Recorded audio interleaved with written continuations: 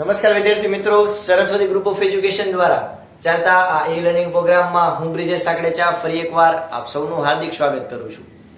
આપણે ધોરણ 11 ની અંદર ફિઝિક્સ ની અંદર ચેપ્ટર નંબર 8 એટલે કે ગુરુત્વાકર્ષણનો અભ્યાસ કરતા હતા કે જેમાં આપણે ઉદાહરણના બધા દાખલાઓ કમ્પ્લીટ કરેલા છે. તો આજથી આપણે સ્વાધ્યાયના જે દાખલાઓ છે એના આપણે ગણતરી ચાલુ કરીશું. બરોબર? આઈ હોપ આપને બધાને મસ્ત મજાના ચેપ્ટરના સૂત્ર આવડતા હશે. જો ચેપ્ટરના સૂત્રમાં ક્યાંક કચાશ રહી જતી હોય તો પહેલા ફટાફટ આપણું સૂત્ર જે છે, આપણા બધા જે સૂત્ર છે એ ફટાફટ રિવાઇઝ કરી લેજો, ત્યારબાદ આ વિડીયો જોજો. ચાલો સૌથી પહેલા સ્ટાર્ટ કરીએ. તો આપણા આજનો લેક્ચર ની અંદર સૌથી પહેલું આપણને રકમ આપેલી છે. ઉદાહરણમાં શું કીધું તો કે ભાઈ એક પોલા વાહકની અંદર વિદ્યુત ભાર મૂકી અને વિદ્યુત બળોથી તમે તેનું શિલ્ડિંગ કરી શકો છો. હવે શિલ્ડિંગ કરવું એટલે શું? તો કે ભાઈ આવી રીતે કોઈ ગોળો હોય, તો આ ગોળામાં વચ્ચે હું કોઈ વિદ્યુત ભાર રાખું, એટલે કે તમે 10માં ભણી ગયા બે વિદ્યુત ભાર હોય, એક પ્લસ અને એક માઇનસ. બરોબર? આ બે એમ તો અહીં હું વચ્ચે વિદ્યુત ભાર મૂકું, ફોર એક્ઝામ્પલ પ્લસ, અને પછી આ ગોળાને એકદમ પેક કરી દઉં અને પછી એની બહાર આવી રીતે પ્લસ વિદ્યુત ભાર બધે લગાડું. તો આના અને આના આ બે વચ્ચે કઈ બળ લાગતું નથી, જેને વિદ્યુત ભારનું શિલ્ડિંગ કહેવાય, કે જે તમે હજી 12મા ધોરણમાં ભણશો. બરોબર? પણ એક વસ્તુ યાદ રાખજો વિદ્યાર્થી મિત્રો, કે જે વિદ્યુત બળ હોય, વિદ્યુત બળ એ છે ને માધ્યમ ઉપર આધારિત હોય. કેના ઉપર?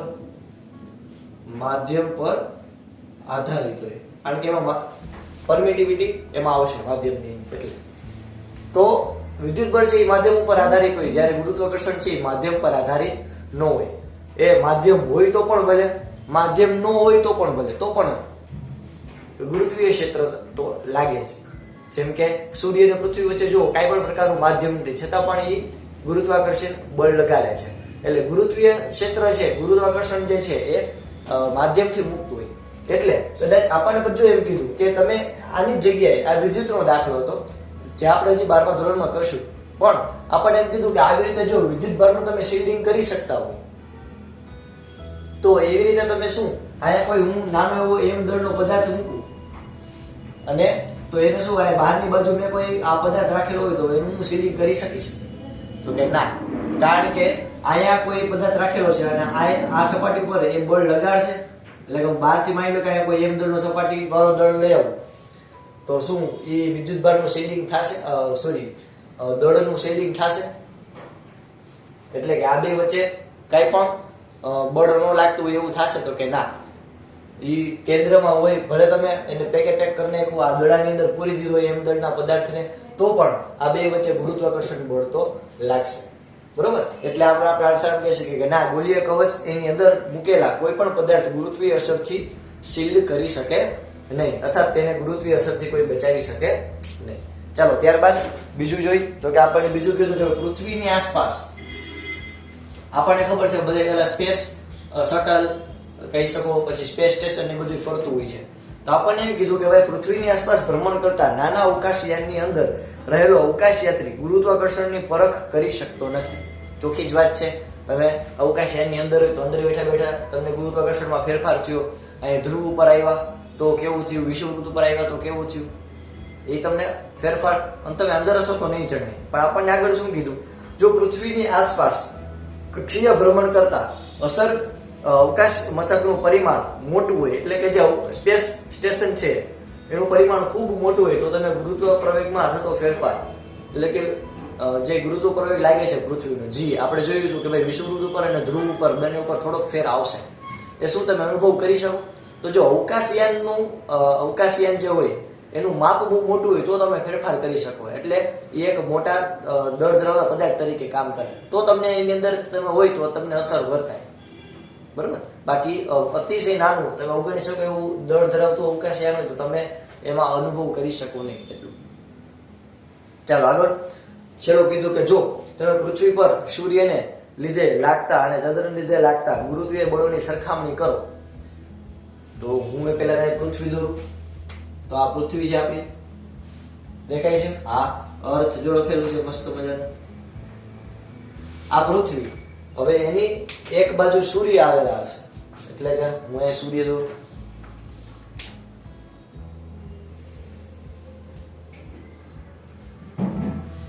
સૂર્ય, અને હું એક બાજુ ચંદ્ર દોરું,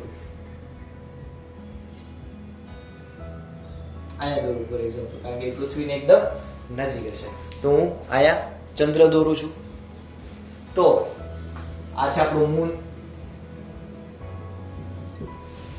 આપણને શું કીધું તો કે આ બેની તમે કમ્પેરિઝન કરો તણાવ બળની એટલે તો કે જો આ ચંદ્ર અહીંયા છે, સૂર્ય અહીંયા છે, તો આ બે વચ્ચે ગુરુત્વાકર્ષણ બળ લાગતું હશે અને આ બે વચ્ચે પણ ગુરુત્વાકર્ષણ બળ લાગતું હશે. એટલે હું એક રીતે આમ કહી શકું કે ગુરુત્વાકર્ષણ બળ કેન્દ્રથી કેન્દ્ર સુધી લાગે, એટલે આનું કઈક કેન્દ્ર અહીંયા આવતું હોય અને પૃથ્વીનું કેન્દ્ર અહીંયા આવતું હોય, તો આ બે વચ્ચે કઈક બળ લાગશે. પૃથ્વી ચંદ્રને આ બાજુ, પૃથ્વી ચંદ્રને પોતાની બાજુ ખેંચશે, ચંદ્ર પૃથ્વીને પોતાની બાજુ ખેંચશે, આવી રીતે આમ બે એકબીજાને આમ તણાવ બળ લગાડતા હશે. એવી જ રીતે આ અર્થ અને આ સૂર્યનું કેન્દ્ર, ફોર એક્ઝામ્પલ સૂર્યનું કેન્દ્ર છે, એ બે વચ્ચે તણાવ બળ કઈ દિશામાં છે, તો કે પૃથ્વી સૂર્યને પોતાની તરફ ખેંચતી છે અને સૂર્ય પૃથ્વીને પોતાની તરફ ખેંચતું છે. એટલે કે આને હું કહું TS, એટલે કે સૂર્ય દ્વારા લાગતું તણાવ, આ છે TE પૃથ્વી દ્વારા લાગતું તણાવ. આયા તો કે જો ચંદ્ર પોતાની તરફ ખેંચશે એટલે આ છે TM, એટલે કે ચંદ્ર દ્વારા લાગતું તણાવ, અને આ છે TE એટલે કે પૃથ્વી દ્વારા લાગતું તણાવ. પેલા આ રકમ શું કહેવા માંગી ખબર પડી? આગળ તો કે આપણને શું કીધું તો કે તો તમને જણાશે કે સૂર્યનું ખેંચાણ બળ ચંદ્રના ખેંચાણ બળ કરતા મોટું છે. ઓબવિયસ વાત છે. તમે જ મને કહ્યું કે સૂર્યનું એકદમ દળ મોટું હોવાને કારણે સૂર્ય દ્વારા પૃથ્વી ઉપર જે ખેંચાણ બળ લાગે એ વધારે હોય તો જ પૃથ્વી સૂર્યની આસપાસ ફરતી હોય. નહીં તો સૂર્ય પૃથ્વી તાકાતવાળી હોય તો સૂર્યની આસપાસ ન ફરે.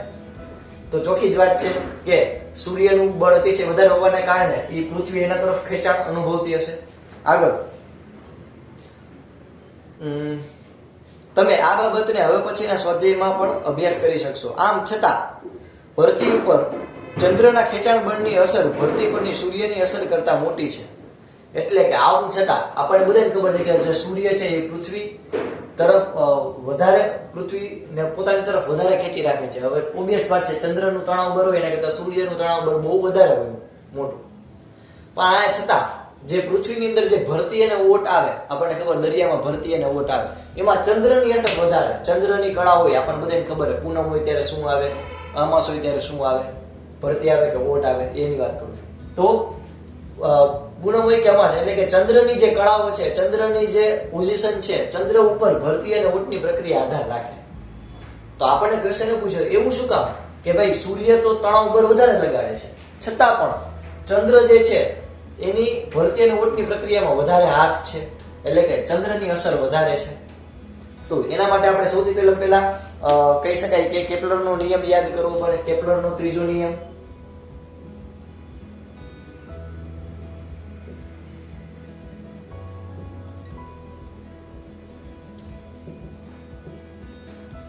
કેપ્લરનો ત્રીજો નિયમ શું હતો વિદ્યાર્થી મિત્રો? T² ચાલે છે R નો ક્યુબ. યાદ છે બધાને? T² ચાલે છે R નો ક્યુબ. હવે આગળ તો કે આના ઉપરથી આપણે હું એમ કહી શકું કે Tm TS એટલે કે ચંદ્રનું તણાવ બળ એના છેદમાં સૂર્યનું તણાવ બળ એ કેટલું હશે તો કે Rm નો ક્યુબ, સોરી આ 3 નું આમ લીધું, એના છેદમાં RS નો ક્યુબ. આ બે બાજુ સ્ક્વેર આવશે. આવું થાય બરોબર? આટલું પેલા ક્લિયર છે? ઓકે ચાલો હવે ઘણા કે આપણે આવી રીતે કરી નાખી, પણ આ વસ્તુ ખોટી છે. કારણ કે આ તો આવર્તકાળ છે, આપણે તો તણાવ બળ શોધવાનું છે, આપણે આવર્તકાળ નથી ગોતવાનું. આ આવર્તકાળનું સૂત્ર છે અને આ આપણે કેની વાત કરીએ છીએ? તણાવ બળ. એકદમ તણાવ લાગે કે આમ ખેંચે અને ઓલું આમ ખેંચે, તણાવ બળ. તો તણાવ બળ T છે એ બંને વચ્ચેના અંતરના ઘનના સમપ્રમાણમાં હોય. જે ગુરુત્વાકર્ષણ બળ છે Fg એ બંને વચ્ચેના વર્ગના વ્યસ્ત પ્રમાણમાં, એ તમે જોયું બરોબર? તો એવી રીતે કહી શકાય કે આ જે તણાવ બળ છે એ R નો ક્યુબ, સોરી 1/R નો ક્યુબ, એટલે કે ગુરુત્વાકર્ષણ બળ છે એ વર્ગના વ્યસ્ત પ્રમાણમાં હશે અને આ ઘનના વ્યસ્ત પ્રમાણમાં હશે તણાવ બળ T.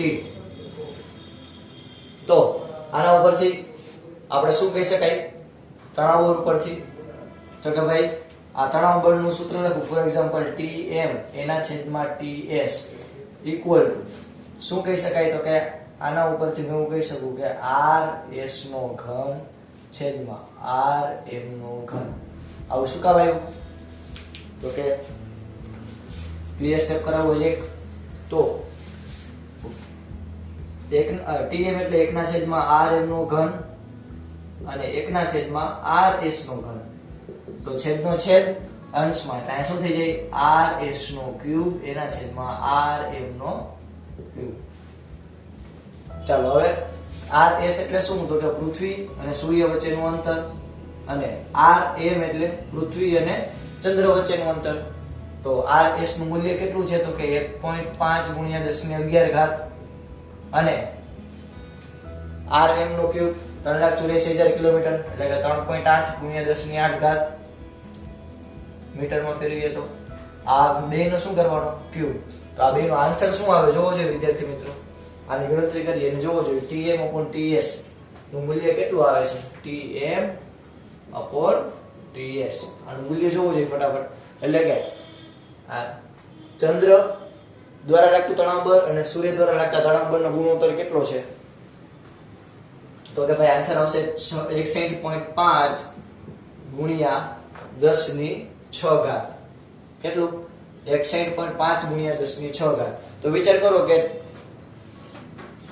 આવો ગુણોત્તર આવ્યો એનો મીનિંગ શું થયો તો કે એનો મીનિંગ એવો થયો કે આ બેનો ગુણોત્તર આપ્યો એટલે કે આટલું ચંદ્ર વધારે બળ લગાડે છે સૂર્યની સાપેક્ષે. કારણ કે આમ જાય તો આમ થાય ને Tm બરાબર શું થાય તો કે 61.5 × 10⁶ એને ગુણ્યા Ts. તો એનો મતલબ એમ કે આ સૂર્ય દ્વારા લાગતું તણાવ બળ છે એ નાનું થયું, ચંદ્ર દ્વારા લાગતું તણાવ બળ કેવું થયું મોટું થયું. કઈ રીતે વાત કરીએ છીએ તો કે ભરતી નોટની પ્રક્રિયા માટે. તો એટલે ચંદ્ર દ્વારા લાગતું તણાવ બળ ચંદ્ર નજીક હોવાને કારણે કેવું હશે વધારે. કેટલું તો કે આટલું બધું મોટું કે જેને કારણે કહી શકાય કે ભરતીય નવટ જેવી પ્રક્રિયાઓ છે એ ચંદ્રની કળાઓ ઉપર આધારિત છે. સૂર્ય ખેંચી રાખે છે પૃથ્વીને એમાં ના નથી, પણ જે તણાવ લાગે છે એ તણાવ ચંદ્ર દ્વારા લાગતું તણાવ બળ સૂર્યની સાપેક્ષે કેવું છે આટલા ઘણું મોટું છે કે જેને કારણે આપણે અનુભવ કરીએ. Ready done okay. ચાલો ફટાફટ તમારા બુક ની અંદર આ લખી લ્યો.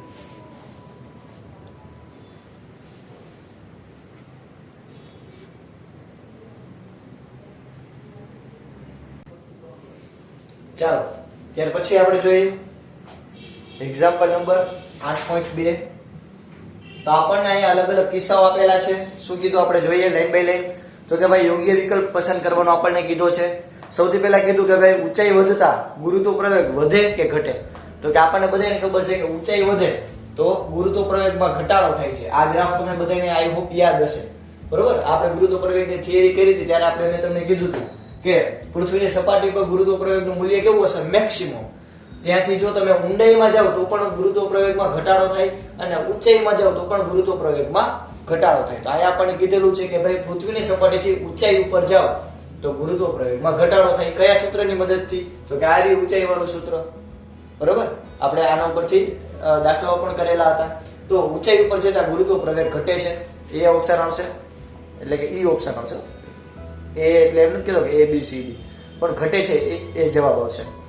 ઊંડાઈ વધતા ગુરુત્વ પ્રવેગ ઓબિયસ વાત છે ઘટે. ત્રીજું ગુરુત્વ પ્રવેગ પૃથ્વીના દળ કે પદાર્થના દળ કેનાથી સ્વતંત્ર છે તો કે ભાઈ ગુરુત્વ પ્રવેગનું પહેલા તો સૂત્ર યાદ રાખવું પડે. ગુરુત્વ પ્રવેગ G બરાબર GME/RE નો સ્ક્વેર. તો માની લો કે કોઈ પદાર્થ છે આ પૃથ્વી છે અને આ કોઈ પદાર્થ છે આ m દળનો પદાર્થ અને આ પૃથ્વી ME. તો ઓબિયસ વાત છે કે ગુરુત્વ પ્રવેગ એને નીચેની બાજુ લાગશે G. તો ગુરુત્વ પ્રવેગ છે પદાર્થના દળ આવે. જો પદાર્થનું કઈ દળ આવ્યું નથી તો એ પદાર્થના દળથી સ્વતંત્ર છે. અને ચોથું આપણને શું કીધું કે ભાઈ પૃથ્વીના કેન્દ્રથી R1 અને R2 જેટલા અંતર આવેલા બે બિંદુઓ વચ્ચે સ્થિતિ ઊર્જાનો તફાવત એ આપણને બે સૂત્ર આપ્યા. એમાંથી તમે કયા સૂત્રની મદદથી કહી શકો તો કે ભાઈ ઓબિયસ વાત છે કે પૃથ્વીથી કોઈ એક ઊંચાઈ કોઈ એક કોણ આવેલો હોય, બીજી ઊંચાઈ બીજો કોણ આવેલો હોય. તો એની વચ્ચેનું સ્થિતિ ઉર્જાનું મૂલ્ય એ આપણે જે પેલું સૂત્ર આપ્યું -g capital M small m કૌંસમાં 1/r1 -1/r2 એ સૂત્રની મદદથી તમે વધારે સારી રીતે એક્સપ્લેન કરી શકો, કારણ કે એમાં ગુરુત્વીય ક્ષેત્ર પણ ભાગ ભજવશે. ખાલી તમે યંત્રશાસ્ત્રની વાત કરતા હોય, મિકેનિક્સની વાત કરતા હોય તો એમાં આપણે mgh લખીએ તો ચાલે, mg કૌંસમાં h1 h2, બરોબર, અથવા તો r1 r2. પણ અહીંયા યંત્રશાસ્ત્ર જ ખાલી નહીં હોય, મિકેનિક્સ જ ખાલી નહીં હોય, પણ ગુરુત્વીય ક્ષેત્ર પણ સાથે હોવાને કારણે જે પેલું સૂત્ર આપ્યું -g capital M small m કૌંસમાં 1/r1 1/r2 એ વધારે સગવડ ભર્યું રહેશે ઉપયોગ કરો, બરોબર, એક સાચું મૂલ્ય મેળવવા માટે. તો ફટાફટ પહેલા આપણે એક્ઝામ્પલ નંબર 2 છે એ ફટાફટ પહેલા પૂરું કરી લ્યો છોકરાઓ. ચાલો હવે આપણે ત્રીજો દાખલો જોઈએ. તો રેડિંગમાં જોઈએ ફટાફટ કે દાખલા નંબર 8.3 સ્વાધ્યાયમાં. ચાલો આપણે શું કીધું રકમમાં, તો કે ધારો કે કોઈ ગ્રહ સૂર્યની આસપાસ પૃથ્વીની ઝડપ કરતા બમણી ઝડપે પરિભ્રમણ કરે છે. એટલે કે આપણે માની લો કે અલગ અલગ માર્કરથી પાછું દર્શાવવું મજા આવે ભાઈ, કે આ સૂર્ય છે, તો સૂર્યની આસપાસ પૃથ્વી જે છે એ કહી શકાય કે આ રીતે આ કક્ષાની અંદર પરિભ્રમણ કરે છે. ફોર એક્ઝામ્પલ આ પૃથ્વી, અર્થ ઈ, આ છે સૂર્ય. ઓકે, આપણને શું કીધું કે ભાઈ પૃથ્વી સૂર્યની આસપાસ ગતિ કરે છે એ તો ખબર છે, પણ કોઈ એક ગ્રહ છે, ધારી લો કોઈ એક ગ્રહ છે, બરોબર, કે જે સૂર્યની આસપાસ પૃથ્વી કરતા એટલે તો કે પૃથ્વી કરતા બમણી ઝડપે પરિભ્રમણ કરે છે, બમણી ઝડપે ફટાફટ બબાટી બોલાવે. તો આપણને કીધું કે આપણે કોઈ માની લો કે એ ગ્રહ આપણને ખબર નથી. ફોર એક્ઝામ્પલ હું અહીંયા લઈ લઉં, અહીંયા લઈ શકું, અહીંયા લઈ શકું. ફોર એક્ઝામ્પલ હું અહીંયા લઈ લઉં, આપણને ખબર નથી આ ગ્રહ શું છે, આ એક્સ નામ આપી દીધું. તો આપણને એમ કીધું કે તો તેની કક્ષાનું પરિમાણ પૃથ્વીની કક્ષાના પરિમાણની સરખામણીએ કેટલું હશે. તો એની જે કક્ષા છે આ કોઈ એક ગ્રહની, એ પૃથ્વીની સાપેક્ષે કેટલી હશે, પૃથ્વી કરતા નાની હશે કે મોટી હશે, અત્યારે આપણને ખબર નથી. આ તો જસ્ટ એક્ઝામ્પલ તરીકે મેં અહીં દર્શાવ્યું, કદાચ અહીં દર્શાવી શકું એ ગ્રહ, પણ એ પૃથ્વીની કક્ષા હશે, સૂર્યની આસપાસ પૃથ્વી ફરે છે ને પ્રોપર એક કક્ષામાં, તો એ પૃથ્વીની કક્ષા કરતા બહાર હશે કે અંદર હશે, એટલે કે પૃથ્વીની કક્ષાની સરખામણીએ એ કેવી હશે, નાની હશે કે મોટી હશે, આપણે એ કહેવાનું છે. કન્ડિશન શું એવી, તો કે કોઈ એક એવો ગ્રહ વિચારો કે જે પૃથ્વી કરતા જે પરિભ્રમણ છે, પરિભ્રમણ 24 કલાક છે, એના કરતા એ ફટાફટ ડબલ સ્પીડે એટલે કે બમણી ઝડપે પરિભ્રમણ કરે છે, બરોબર. સૂર્યની આસપાસ પૃથ્વીની ઝડપ કરતા બમણી ઝડપે પરિભ્રમણ કરે છે, બમણી ઝડપે આપણને કીધું. ચાલો આપણે જોઈએ ફટાફટ. તો સૌથી પહેલા આપણે એના માટે અમુક વસ્તુ ધારશું.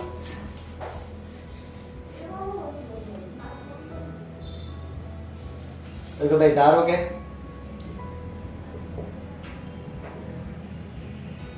સૂર્ય થી પૃથ્વીનું અંતર એને હું કહી દઉં r, અથવા તો સૂર્યથી પૃથ્વીની ત્રિજ્યા, પૃથ્વીની કક્ષાની ત્રિજ્યા એમ કહી દીધું ચાલે.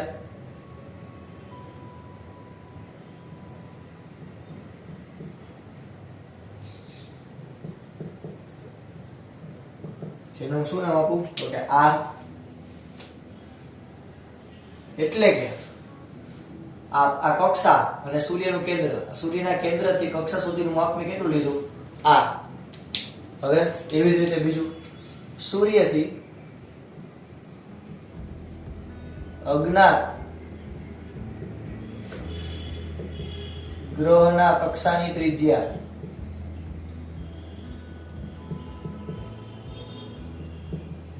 કેટલી હશે, તો કે r ડેશ, એટલે કે આવડિયા કેટલી લઉં, r ડેશ, ખબર નથી કેટલી.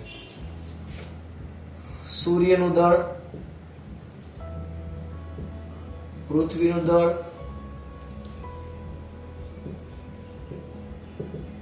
તો કે ભાઈ સૂર્યનું દળ છે માસ ઓફ સન, જેને આપણે કહીએ ms, અને પૃથ્વીના દળને કહીએ me. તો આપણને બધાને ખબર છે કે જ્યારે કોઈ પણ પદાર્થ હોય એ કોઈ મોટા એવા પદાર્થની આસપાસ વર્તુળાકાર ગતિ કરતું હોય તેના પર બે પ્રકારના બળ લાગતા. આપણે સેટેલાઇટમાં પણ જોયું હતું કે આ સૂર્ય હોય તેની ફરતે પૃથ્વી ગતિ કરશે તેના ઉપર બે બળ લાગશે. કયું? તો કે એક તો કેન્દ્રગામી બળ લાગશે, આ દિશામાં સતત સ્પર્શકની દિશામાં મેં કીધું હતું દિશા બદલે, બરોબર? એટલે એક તો કેન્દ્રગામી બળ લાગતું હોય, થિયરીમાં પણ આપણે જોયું, અને એટલું જ શું લાગે? ગુરુત્વાકર્ષણ બળ. તો આપણે શું લખી શકશું કે સૂર્યની આસપાસ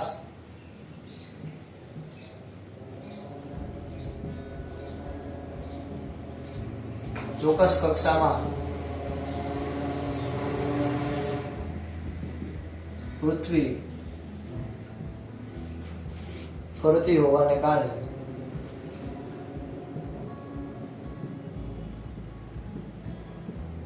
શું થશે? તો કે પૃથ્વી પર લાગતું કેન્દ્રગામી બળ ઇક્વલ ટુ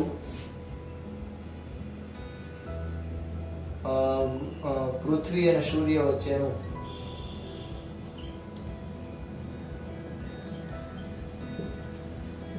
ગુરુત્વાકર્ષણ બળ.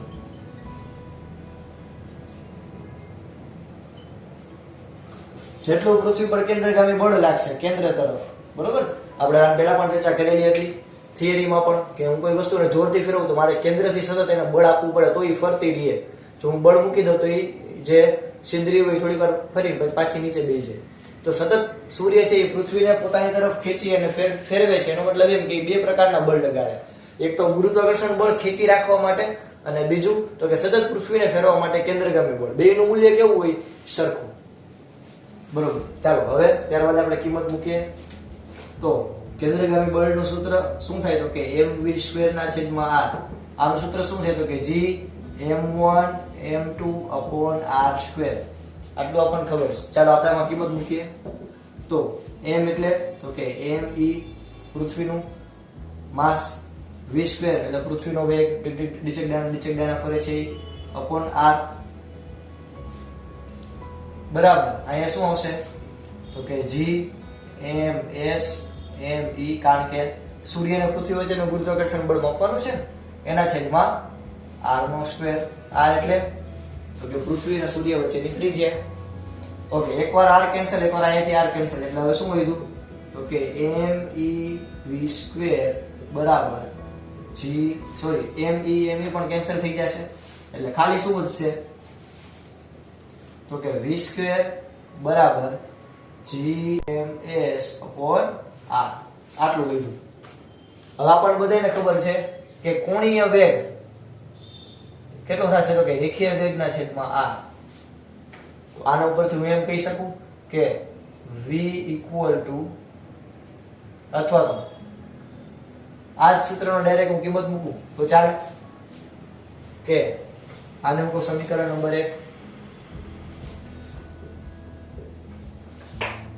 તો હું અહીં લખીશ સમીકરણ 1 ને સમીકરણ 1 માં એક કામ કરે, બંને બાજુ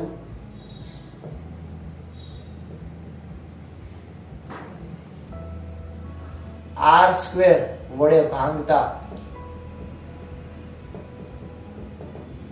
એટલે કે v² ના છેદમાં r² વડે અહીંયા ભાગશું તો અહીંયા પણ કરવું પડશે gms upon r. r² માં એક r ઉમેરે એટલે શું થાય? r³ થાય. હવે v² upon r² કેનું સૂત્ર છે? v by r કેનું સૂત્ર? ઓમેગા. તો v² by r² એટલે શું થાય? ω² બરાબર gms upon r³. આના ઉપરથી તમે શું કહી શકો? તો કે ઓમેગા ચલે છે 1 upon r³. આ કહી શકો. આ બહુ અગત્યનું પરિણામ થયું સમીકરણ 2.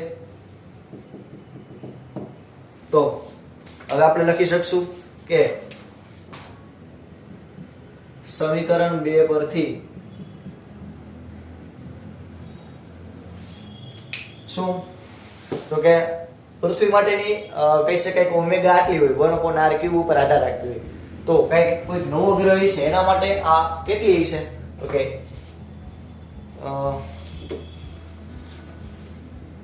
અજ્ઞાત ગ્રહ માટે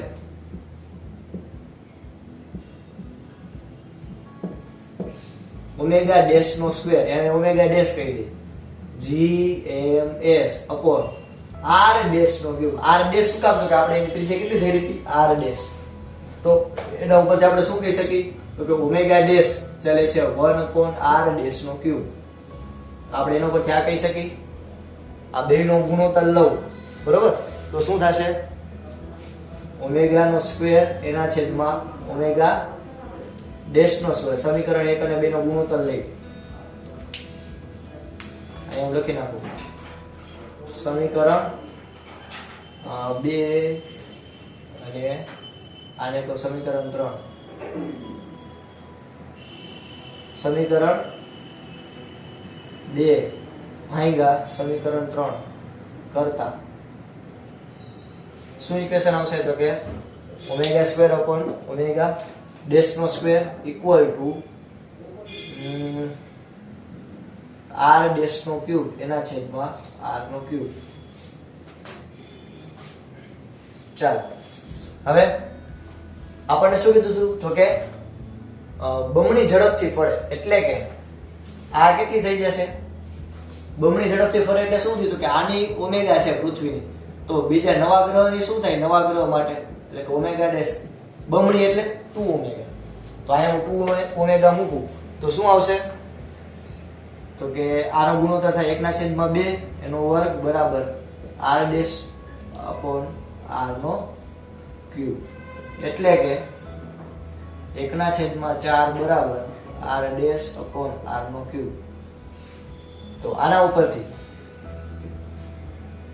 r ડેશ અપોન r બરાબર શું થાય? 1/4 એની 1/3 ઘાત. એવું થાય?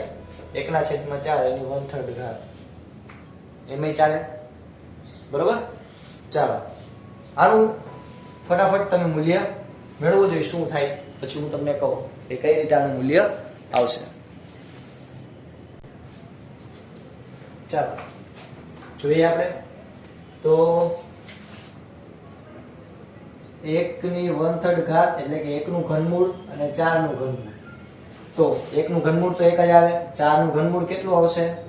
તો કે 1/1.58 એટલે કે 0.632.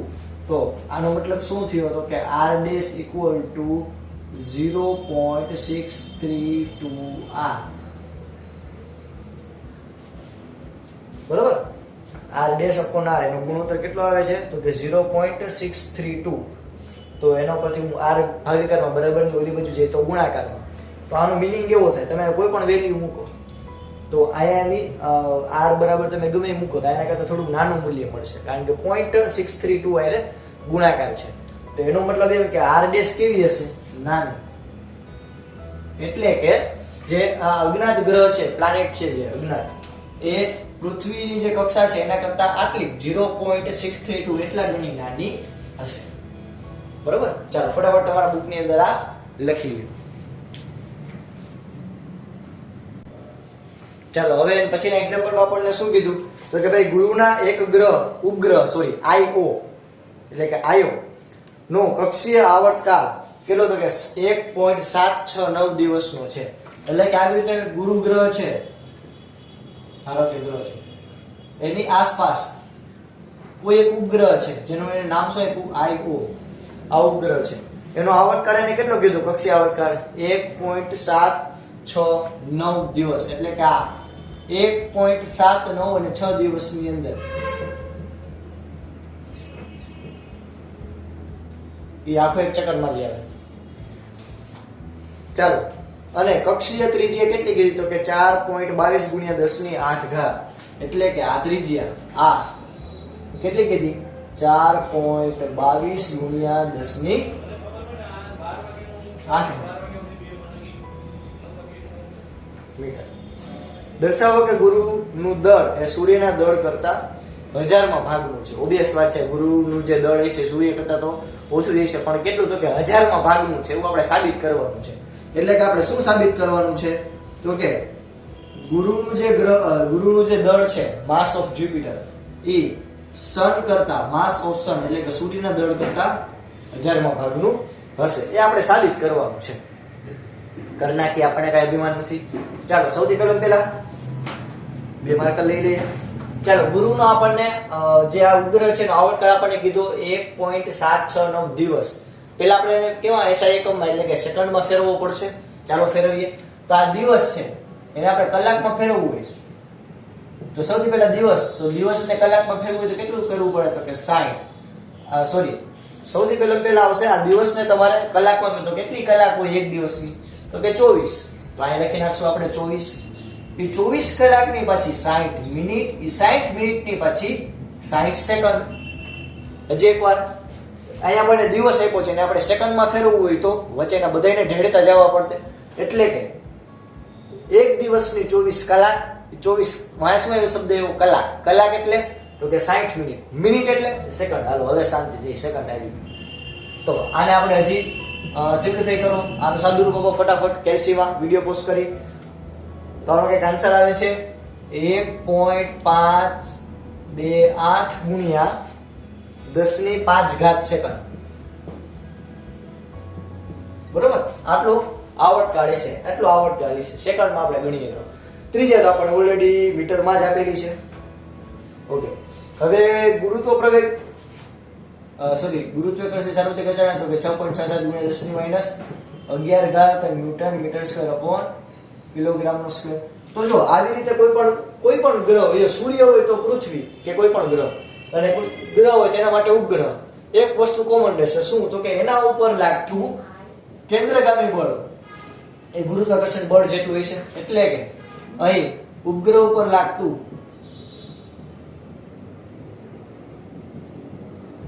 કેન્દ્રગામી બળ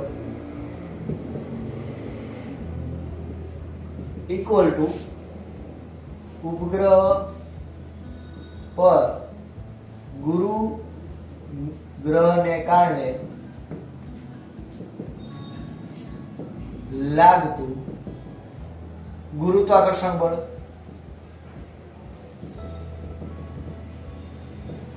એટલે કે mv²/r ઇક્વલ ટુ અહીંયા શું આવશે g mj એટલે જ્યુપિટર એટલે કે ગુરુ ગ્રહનો દળ, કારણ કે બેયના દળનો ગુણાકાર આવશે. આ ગુરુના આપણે દળ કહી દઈએ mj, આને લીધે સ્મોલ m દળ ધરાવતો ઉપગ્રહ, તો બેયનો ગુણાકાર /r².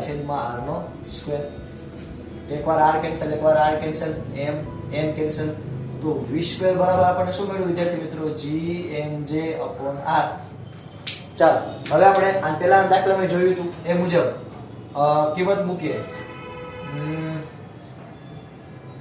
Omega is equal to શું થાય? v/r. તો સમજો આના ઉપરથી હું v બરાબર શું લખી શકું? r * omega. તો અહીંયા તો સ્ક્વેર છે એટલે હું શું લખીશ? r² omega square. r² omega square શું કામ લખ્યું? તો કે અહીંયા સ્ક્વેર છે આ સૂત્ર ઉપરથી. તો gmj/r, r આવે તો ક્યુબ થાય એટલે કે ઓમેગા નો સ્ક્વેર ઇક્વલ ટુ jmj/r નો ક્યુબ. હવે આપણને ખબર છે ઓમેગા એટલે શું? તો કે 2π/t, t એટલે આવર્તકાળ. તો આના ઉપરથી હું શું લખી શકું? t બરાબર 2π/ઓમેગા લખી શકું, લખી જ શકાય, કઈ ખોટું નથી. તો આપણે મૂકીએ કિંમત, તો શું થશે? અહીંયા લખું 2π/t એનો વર્ગ કેટલો થશે? તો કે gmj/r નો ક્યુબ. એટલે કે 4π² એના છેદમાં t નો સ્ક્વેર ઇક્વલ ટુ gmj/r નો ક્યુબ. આના ઉપરથી t² કેટલું આવશે? t², આ t² ના સૂત્રનો કરતા બનાવવું, સોરી t² ના સૂત્રનો કરતા બનાવી શકાય?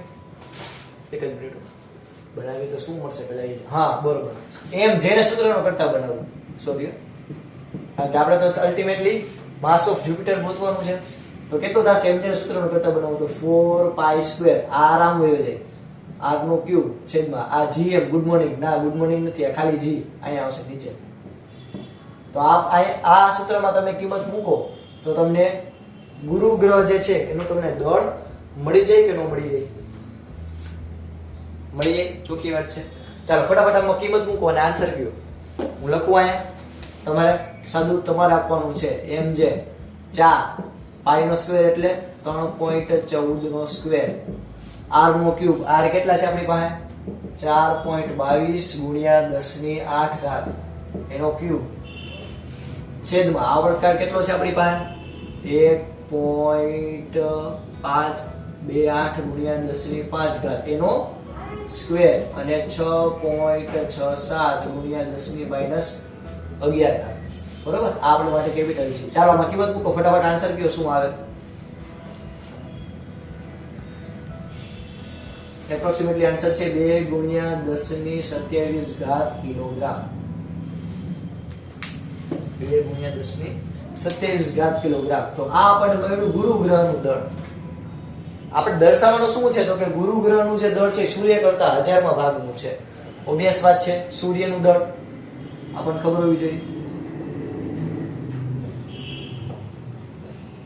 કેટલું છે તો કે સૂર્યનું દળ 2 ગુણ્યા 10 ની 30 ઘાત કિલોગ્રામ એ સૂર્યનું દળ છે.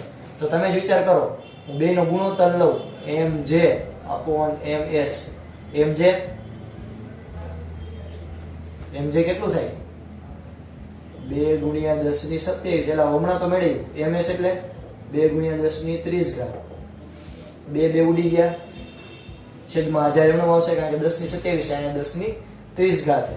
બરોબર, તો છેલ્લે આપણને શું મળ્યું છેલ્લું ઇક્વેશન તો કે mj /